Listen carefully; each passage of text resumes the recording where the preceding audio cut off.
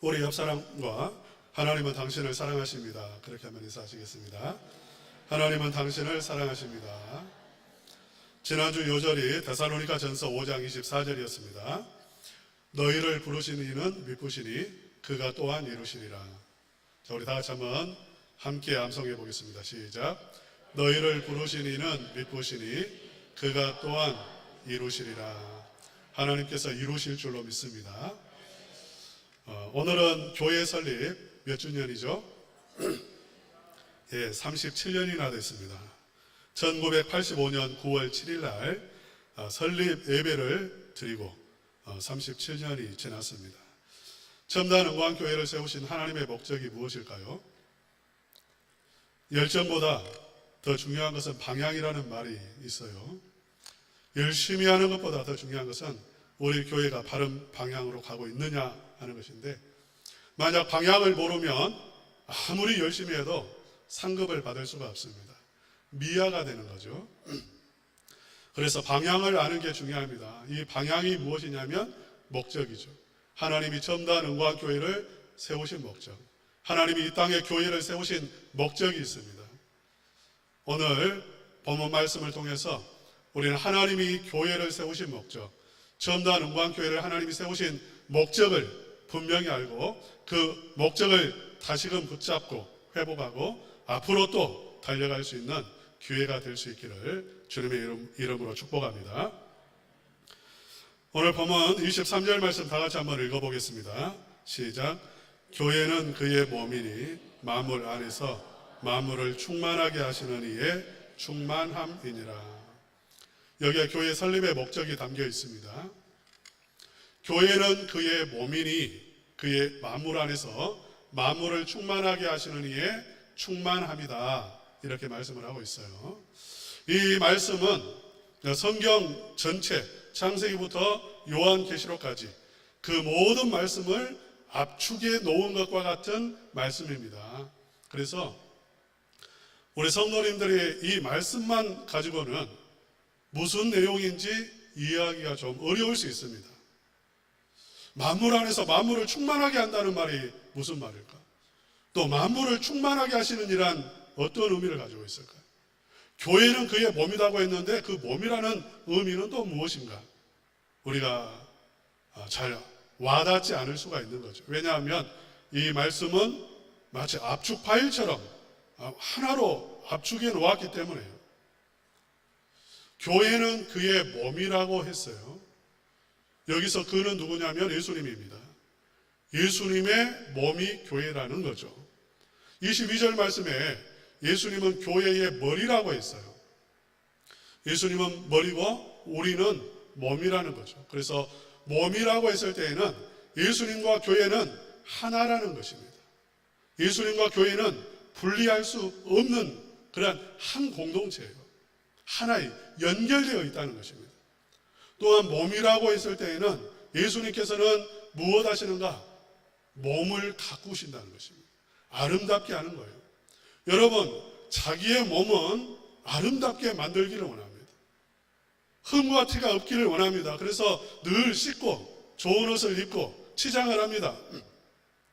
그것처럼 예수님이 하시는 일은 무엇이냐면 교회를 아름답게 만드시는 것입니다.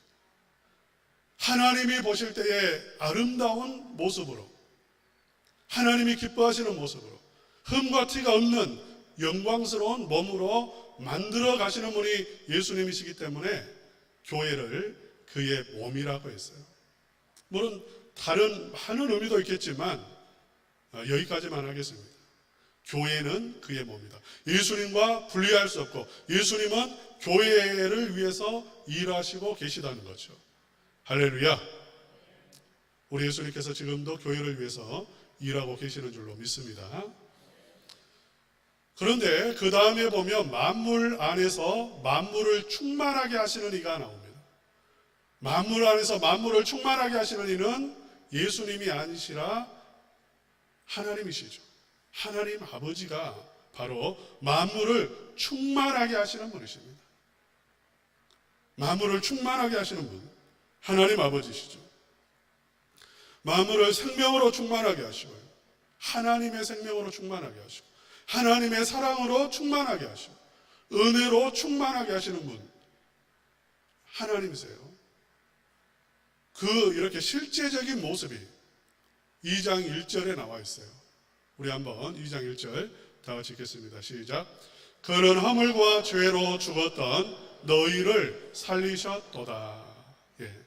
하나님의 충만이 들어가니까, 하나님의 생명이 들어가니까 무슨 일이 일어나냐면 허물과 죄로 죽었던 영혼이 살아나고 심령이 살아나고, 하나님의 은혜가 들어가니까 죄의 종노릇하고 사단 마귀에게 잡혀서 어둠 속에 살던 그 심령이 어떻게 되냐면 완전히 새로운 거룩한 심령으로 변화되어져서 영광스러운 모습으로 하나님과 함께 그렇게 보좌에 앉은 그러한 모습으로 변화되어지는 것입니다. 하나님의 생명이 들어가면 살아나는 역사가 일어나는 줄로 믿습니다. 하나님의 충만이 임해야 돼요. 제가 지난주에 세미나가 하나 있었는데 저는 본래 그 세미나에 가고 싶은 마음이 없었습니다. 보니까 강사들이 별로 시원치 않아 보였습니다. 그래서 이 세미나는 내가 가지 않아야 되겠다, 얻을 게 없겠다, 이런 생각을 했습니다. 그러나 주최하는 분들이 이렇게 와야 된다고 그렇게 해서, 그러면 말씀에 순종해서 저는 웬만하면 말씀대로 하겠습니다, 그렇게 하기 때문에 말씀대로 하겠습니다 하고 참석을 했어요. 근데 이제 제가 시원치 않게 보았던 강사님이 강의를 하시는데 은혜를 많이 받았어요. 제가 회개했습니다. 내가 쉽게 판단하고 쉽게 생각하고 아주 교만한 사람이었구나, 이렇게 생각을 했어요.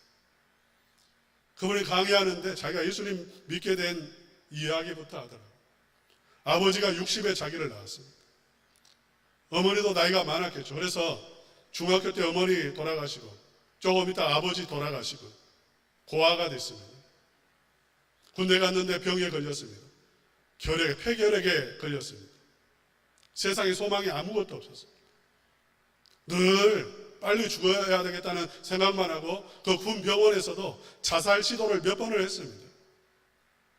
마음속에 생명이 없었어요. 은혜가 없었어요. 어두움만 가득했어요. 절망감만 가득했습니다.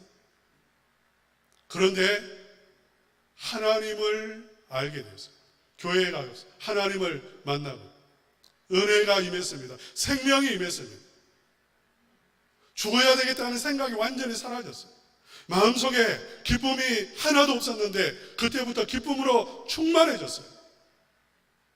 그래서 목사가 되었고, 그리고 섬에 가서 목회를 하는데 그 교회 성도들이 또 살아나기 시작을 했어요.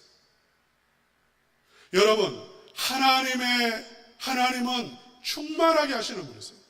은혜를 부으시고 생명을 부으시고 능력을 부으셔서 어떻게 하시냐면 살아나게 하신다는 것입니다.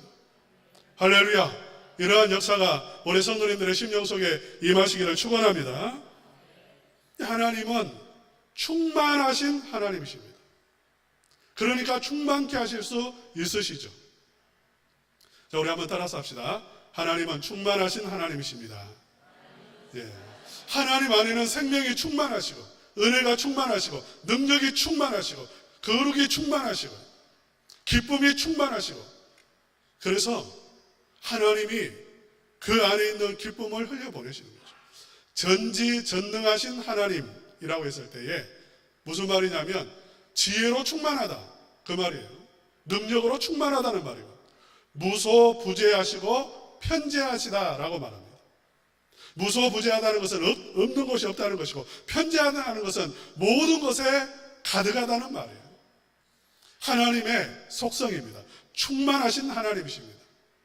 그런데 하나님은 그 하나님의 충만을 우리에게 바로 주시는 게 아니라 예수님을 통해서 주십니다. 우리 한번 성경 말씀 읽어보겠습니다. 골로새서 1장 19절입니다. 우리 다 같이 한번 함께 읽겠습니다. 시작.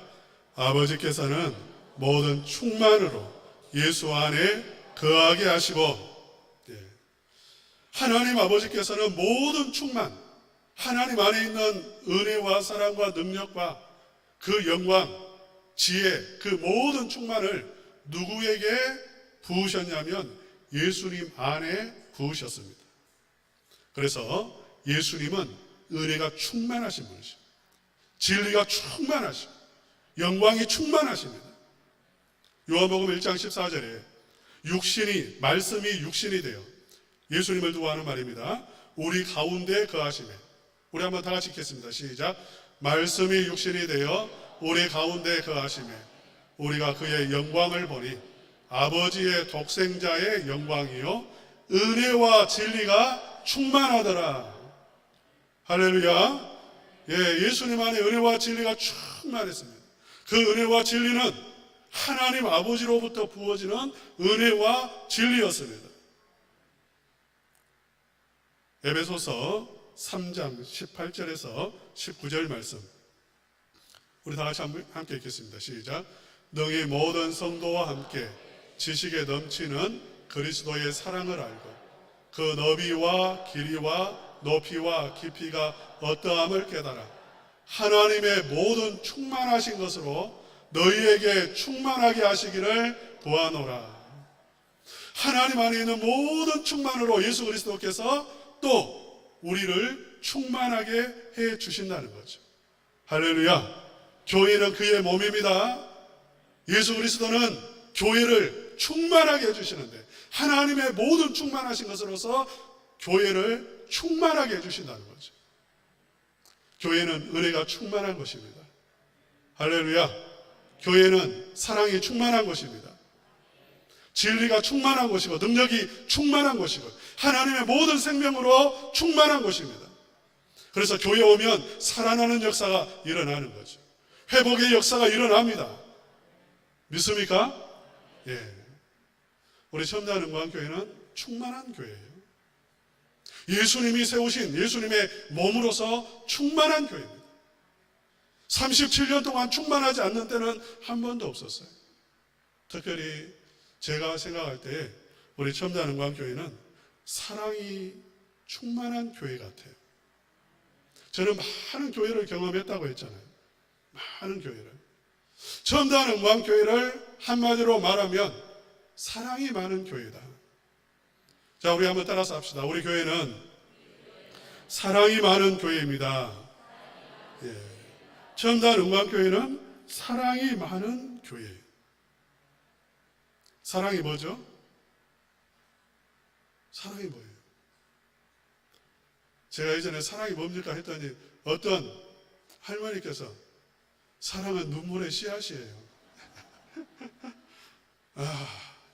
그랬더니 그 옆에 있는 할머니가 사랑이 죄입니다. 예. 어르신들은 이렇게 대화를 하면서 설교를 들으시더라고요. 예. 사랑이 뭡니까? 눈물의 씨앗입니다. 예. 사랑이 뭐냐면 하나님의 사랑, 교회 안에서 넘치는 사랑의 모습은 무엇이냐면 고린도전서 13장 4절과 7절에 나와 있어요. 사랑은 오래 참고 사랑은 온유하며 시기하지 아니하며 자랑하지 아니하며 교만하지 아니하며 무례히 행치 아니하며 자기의 유익을 구하지 아니하며 성매지 아니하며 악한 것을 생각하지 아니하며 불의를 기뻐하지 아니하며 진리와 함께 기뻐하고 모든 것을 참고 모든 것을 믿고 모든 것을 바라고 모든 것을 견디느니라. 할렐루야. 예, 이게 사랑이에요. 뭐 요란하게 뭐 떠들고 이야기하고 그런다고 그게 사랑이 아닙니다. 물론 그것도 사랑의 한 모습이겠지만 진짜 사랑은 뭐냐면 참아주는 거예요. 견디고 있는 거예요. 기다려주는 거예요.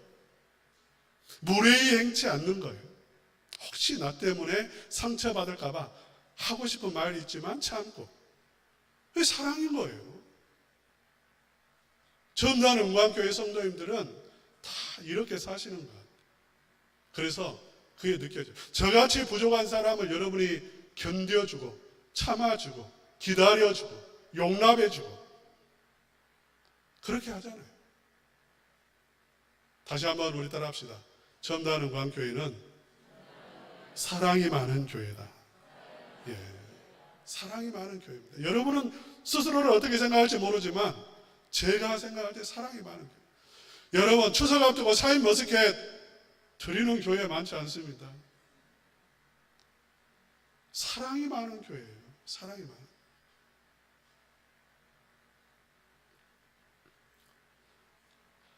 하나님은 예수 그리스도 안에 하나님의 모든 충만을 부으시고 예수님은 교회 안에 무엇을 부으시냐면 그 하나님의 사랑을 쏟아 부어 주시는데 아낌없이 물 붓듯이 충만하게 붓고 계시다는 것입니다. 할렐루야. 그렇기 때문에 우리가 혹시 나는 충만하지 않아 하는 성도님이 계시다면 첫째로 무엇을 생각하셔야 되냐면 예수님과의 관계를 생각해 보셔야 됩니다. 왜냐하면 예수님과의 관계가 깨지면 그 충만히 예수님은 충만히 붓고 계시지만 그것이 다 쏟아져 버리기 때문입니다. 예전 어르신들이 그랬어요. 이런 말을 했습니다.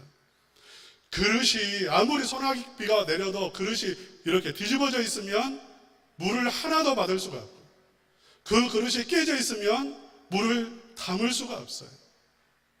예수님과의 관계가 깨져 있으면 하나님의 은혜가 소낙비처럼 지금도 부어주고 있는데 그것을 내가 느끼지를 못하고 경험하지 못하고 내 심령에 채워지지 않는 거죠. 그래서 우리 성도님들 예수님 찬양을 하셔야 됩니다.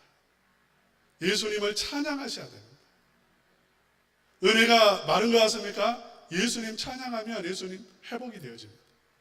예수님께 감사하며 예수님을 붙잡으면 회복되어져요. 그래서 항상 예수님 찬양하시며 사시기를 축복합니다. 그러면 은혜가 막 임합니다. 능력이 막 생명이 임하고 어두움이 떠나갑니다. 우울했다가도 그 모든 것이 쫓겨나갑니다. 불안했다가도 불안이 사라집니다. 왜? 충만해지니까. 여러분 그리고 교회를 충만하게 하신다고 했어요. 그러니까 교회 안으로 자꾸 들어오셔야 됩니다. 여러분이 충만해지기 위해서 교회 안으로 들어오셔야 돼요. 그러니까 마음속에 시험이 들면 교회를 떠나는 게 아니라 교회 안으로 정말 이를 악물고서라도 들어오셔야 돼요. 교회 안에 공예배가 회복되어져야 됩니다. 예배는 드릴수록 은혜로 충만해져요. 교회 안에 있는 프로그램들이 있습니다. 다 은혜를 위한 것입니다. 그렇기 때문에 무관심하면 안 돼요.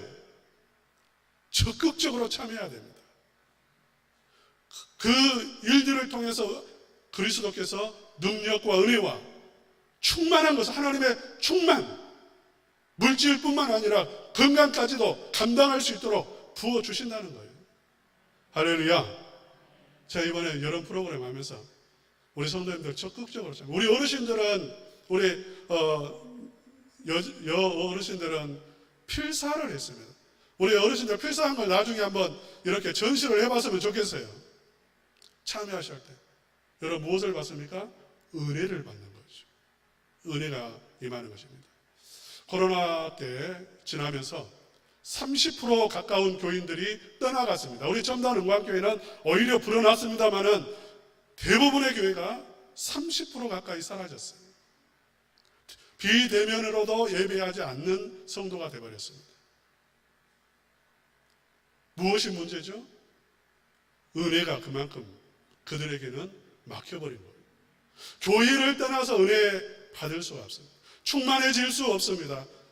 절대로 교회를 포기하면 안 되는 이유예요. 하나님은 교회를 충만하게 하셔서 성도들을 충만하게, 그 충만한 은혜를 누리게 하시기 때문입니다. 사랑하는 우리 성도님들, 교회 안에서 교회를 끝까지 붙잡으시고 비대면 예배, 문제가 뭡니까? 그만큼 신앙이 약해지는 것입니다. 정말 최후의 보루로서 비대면 예배를 드리지만 그러나 거기에 만족하면 안 돼요. 많이 멀어지게 돼 있어요. 교회 안에 들어오는 것이 아니라 교회와 멀어질 수밖에 없어요. 예배와 멀어질 수밖에 없어요. 그렇기 때문에 힘껏 대면 예배로 나와야 돼요. 할 수만 있으면 교회 안에 더 가까이 들어와야 하는 거죠. 그리고요, 예수 그리스도 안에서 부어지는데 내가 혹시 이 부어짐이, 채워짐이 부족하다 생각하면 무엇을 한번 점검해 봐야 되냐면 내가 나누고 있는 삶을 살고 있지 않는지 점검해 보셔야 합니다. 왜? 하나님은 비우는 만큼 채워주시기 때문에 그렇습니다. 나누는 만큼 채워져요. 우리 노예 안에 존경하는, 우리 교단 안에 한국 교회에서 참 존경할 만한 목사님이 계십니다. 우리 조재태 목사님 계시는데 그분이 이런 말씀을 하셨다고 해요. 내 그릇은 1200명 정도의 성도를 목양하는 것입니다. 내가 600명을 떼어주더라도 하나님은 다시 600명을 채워주실 겁니다. 그래서 많은 교회를 개척했잖아요. 우리 손정기 목사님과 함께 손정기 목사님이 기반을 닦고 광주은광교회가 물질을 많이 후원하고 그래서 전라 노예 안에 얼마나 많은 교회가 세워졌습니까? 사람도 떼어주고 물질도 떼어줬어요. 우리 처음 나온 은광교회도 그 물질이 흘러들어왔어요. 2억의 헌금, 직접적으로 2억의 헌금이 들어왔습니다. 그 당시 IMF 때 2억, 지금 20억보다 더 큰 돈이에요. 여러분, 돈 없는 교회, 돈 필요하지 않는 교회가 어디가 있어요? 4억이 있으면 4억이 더 필요하고 100억이 있으면 100억이 더 필요한 법입니다. 나눠줄 돈 없어요. 그런데 다 성도를 떼죠. 제가 부목사로 있을 때 경신교회 분립 개척을 했는데 정말 그 교회 안에 광주은광교회 알곡 같은 다 이사장이고 교사고 이런 분 40명 11조 다 하는 분들, 교회 안에서 목사님을 적극적으로 지지하는 분들, 그분들을 떼어서 경신교회를 개척했어요. 하남은광교회 개척할 때에 손종희 목사님에게 들은 말입니다. 정은종 집사님이라고 하는 분이 계셨어요. 그분이 광주은광교회에서 떠나면서 목사님, 내가 이 교회 섬기면서 많은 은혜를 받았습니다. 내가 한 4억짜리 땅이 있는데 교회 헌금하고 하남은광교회로 가겠습니다. 그렇게 했을 때에 목사님이 이렇게 말했습니다. 우리 교회는 있으니까 헌금 안 하셔도 부족함이 없으니까 개척교회 가셔서 그것을 개척교회에 드리십시오. 이 말하기 쉽지 않습니다. 절대로 쉽지 않습니다. 이렇게 말하는 분 거의 없습니다. 떼어준 거예요. 그래서 하남은광교회가 건물을 짓고 그렇게 세워진 거예요. 우리 교회도 그렇고 주변에 많은 교회 떼어줬어요. 그러니까 하나님은 어떻게 하시는가? 채워주신다는 거죠. 여러분, 지금도 교회, 광주에 사람들이 오면 그 교회로 가요. 우리가 부러워하지만 부러워하기 전에 그 교회가 무엇을 했는지를 한번 생각해 보셔야 돼요. 흘려보냈다는 것입니다. 그 교회가 수십억 빚이 있고 100억 이상의 빚이 있을 때에도 여전히 선교하고 많은 교회에 후원했어요. 지금도 그래요.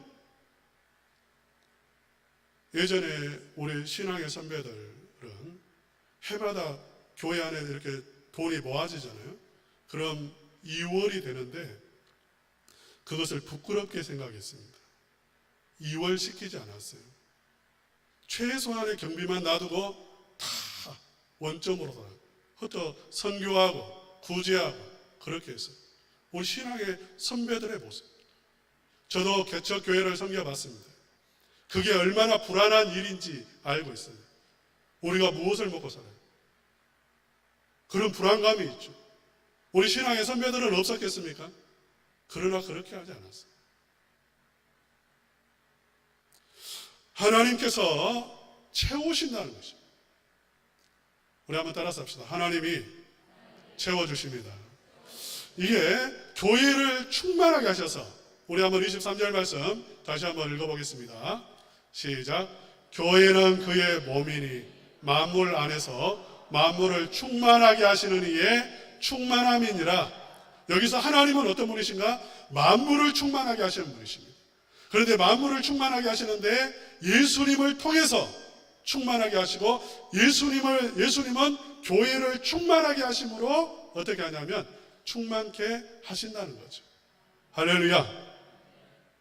이게 무슨 말이냐면 우리 성도님들을 충만하게 하셔서 이 세상을 충만케 하시는 거죠. 우리 성도님들에게 생명으로 충만하게 하셔서 그 생명을 가지고 세상에 나가서 또 이 세상이 충만하도록 하나님의 생명을 누리도록 역사하시는 거예요. 할렐루야. 혹시 그래서요, 여러분이 교회 안에서도 그렇고 세상에서도 그렇습니다.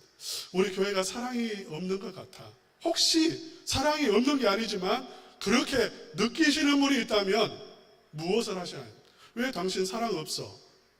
탓하는 거예요. 사랑은 탓하는 게 아니에요. 은혜도 당신이 나에게 은혜 주세요 이렇게 말할 수가 없어요.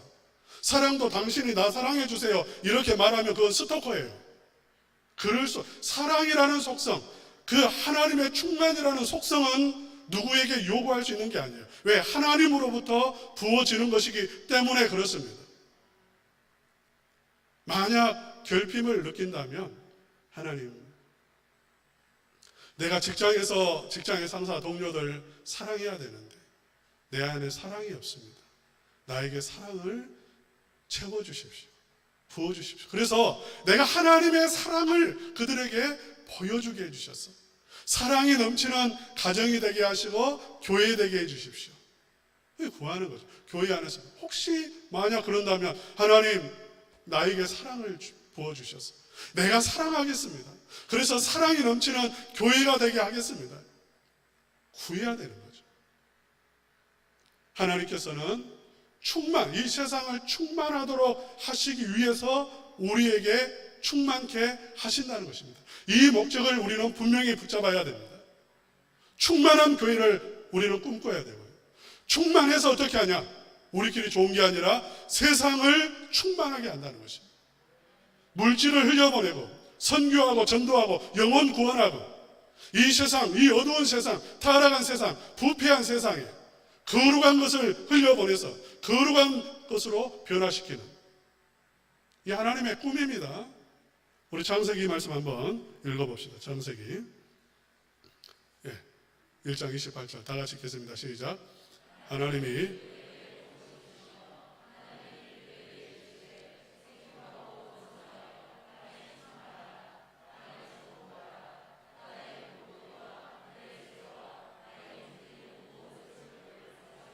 아멘. 충만하게 하라. 충만하라. 이 하나님의 소원이. 사람을 통해서 세상을 충만하게 하는 거예요. 우리 한번 이사야서 11장 9절 말씀도 봉독하시겠습니다. 내 거룩한 산 모든 곳에서 해냄도 없고 상함도 없을 것이니 이는 물이 바다를 덮은 같이 여호와를 아는 지식이 세상에 충만할 것입니다. 하나님의 꿈은 세상이 충만해지는 것입니다. 하나님의 지식으로, 하나님을 아는 것으로, 하나님의 사랑으로 충만해지는 거예요. 그런데 그 중심에 무엇이냐면 교회가 있고 교회를 통해서 이 일을 하시는 거죠. 신약의 예수님이 너희는 세상의 소금이요 빛이라고 했습니다. 똑같은 말입니다. 세상의 소금과 빛, 세상을 충만하게 하는 거죠. 하나님의 진리로 충만하게 하시고 생명으로 충만하게 하는 거예요. 이게 우리의 사명인 것입니다. 첨단은광교회는 처음 세워질 때부터 이 비전이 있었습니다. 첨단은광교회 처음 이름이 뭐였습니까? 충만교회였습니다. 제가 설리반 목사님과 통화를 시도했는데 받지를 않으셔서 제 번호를 모르시니까 안 받으신 거예요. 오해하시면 안 됩니다.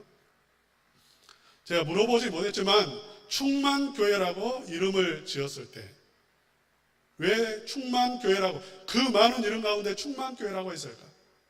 꿈이 있었던 거죠. 하나님 충만한 은혜로 충만한 교회 되게 하시고 이 교회를 통해서 광주가 충만하게 하시고 세상이 하나님을 아는 것으로 충만하게 해주십시오. 그 비전이 있었던 거예요. 13년 동안 이 이름을 썼습니다. 그리고 98년 4월 광주은광교회에서 이렇게 교회가 힘들었을 때 물질을 흘려보내면서 첨단 은광교회로 바꾸었는데 같은 의미예요. 은광이 뭡니까? 은혜, 광, 빛광자, 진리죠. 하나님의 생명, 빛, 진리, 은혜, 사랑, 그게 광자예요. 첨단에 하나님의 은혜와 사랑으로 충만하게 비치고 이 광주에 비치고 나라와 민족을 넘어서 비춰가기를 꿈꾸는 이름이 여기에 담겨 있습니다. 우리 첨단 은광교회가 하나님의 이 비전을 다시금 붙잡는 교회가 되어지기를 소망합니다. 그저 숫자 늘어나는 게 목표고 건물 좋게 화려하게 짓는 그런 목표가 아니라 할 수 있으면 해야겠지만 그것이 아니라 정말 우리의 비전은 무엇이냐면 충만한 교회 되고 세상을 충만하게 하는 교회 되는 것, 이게 우리의 비전이 되어야 하는 거죠. 제가 오늘 생일이기 때문에 첨단 은광교회로 육행시를 한번 지어봤습니다. 한번 여러분이 처음자부터 한번 읊어주시기를 바랍니다. 시작. 처음부터 하나님의 충만한 은혜로 설립되었고 지나온 37년 동안 단 한 번도 하나님의 충만한 은혜가 메마른 적 없었습니다.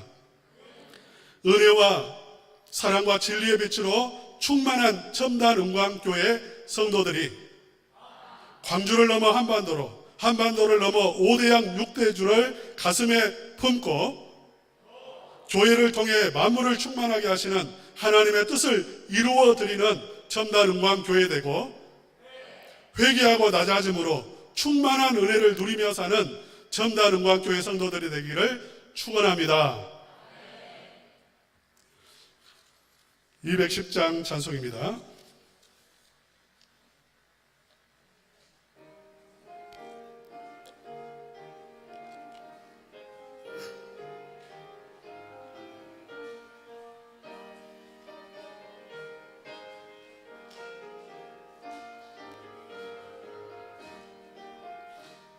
시온 성과